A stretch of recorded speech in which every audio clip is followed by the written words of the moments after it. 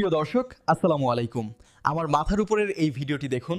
ভিডিওটি ভালো লাগলে শেয়ার করুন, লাইক দিন এবং কমেন্ট করে আপনার মতামত জানান। স্বৈরাচারী হাসিনা বরাবরই ছিলেন চরম নাটকবাজ। ভণ্ডামিতে তার গোটা জীবন ছিল পরিপূর্ণ। জুলাই আন্দোলনে যখন ছাত্ররা একের পর এক প্রাণ দিচ্ছিল, তখন সংবাদ সম্মেলনে এসে চোখে গ্লিসারিন মেখে কান্নার নাটক করেন।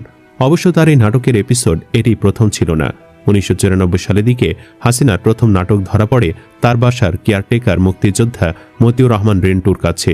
হাসিনা সেই ভণ্ডামি আমার ফাঁসি চায় নামক বইয়ে লিপিবদ্ধ করে গেছেন রেন্টু, যেখানে এ লেখক লিখেছেন ভোট পাওয়ার জন্য হাসিনা যেভাবে লোক দেখানো নামাজের নাটক করত, এমনকি হাসিনার কান্নার নাটকও তিনি এই বইয়ে লিপিবদ্ধ করে গেছেন। চলুন সেগুলো সম্পর্কে জেনে আসা যাক। রেন্টু লিখেছেন, বঙ্গবন্ধু কন্যা শেখ হাসিনা 1994 সালের শেষ মুহূর্তে ধানমন্ডি বাড়িতে উঠেই 95 সালের জানুয়ারির প্রথম থেকেই জোরে সোরে লাগাতার আন্দোলন, সংগ্রাম, হরতাল, পদযাত্রা ইত্যাদি শুরু করলেন। দুপুর 2টায় টঙ্গী থেকে মহাখালী পর্যন্ত পদযাত্রা শুরু হলো। অর্থাৎ টঙ্গী থেকে সবাই পায়ে হেঁটে মহাখালী যাবেন। মহাখালীতে মঞ্চ তৈরি করা আছে।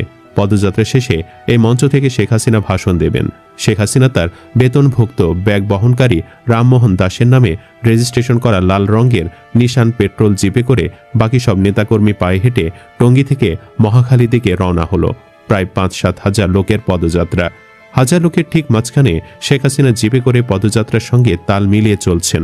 পদযাত্রার মাঝে মাঝে গোটা বিশ্বের রিকশায় মাইক বেঁধে নানা ধরনের স্লোগান দেওয়া হচ্ছে। জানুয়ারি মাস, শীতের বেলা, হাঁটতে খুব একটা খারাপ লাগছে না। দুপুর গড়িয়ে বিকেল হবে হবে। হঠাৎ একটি মাইকে বলা হলো, জননেত্রী শেখ হাসিনা এখন আসর নামাজ পড়ছেন। সঙ্গে সঙ্গে সবগুলো মাইক থেকে বলা শুরু হলো, জননেত্রী বঙ্গবন্ধু কন্যা এখন আসর নামাজ পড়ছেন। ঘড়িতে তখন 3:15 বাজে। প্রেসিডেন্ট সদস্য তোফায়েল আহমেদ বললেন, আরে থামো থামো, এখন আসর ওয়াক্তই হয়নি, একটু পরে বলো। এই কথা শুনে সব নেতারা হাসাহাসি শুরু করলো। এদিকে বঙ্গবন্ধু কন্যা নিশান পেট্রোল জিপের বড় বড় জানালার গ্লাস খুলে নামাজ পড়তে শুরু করলেন। আর পদযাত্রার হাজার হাজার পুরুষ জিপ গাড়ি ঘিরে শেখ হাসিনার নামাজ পড়া দেখতে লাগলো।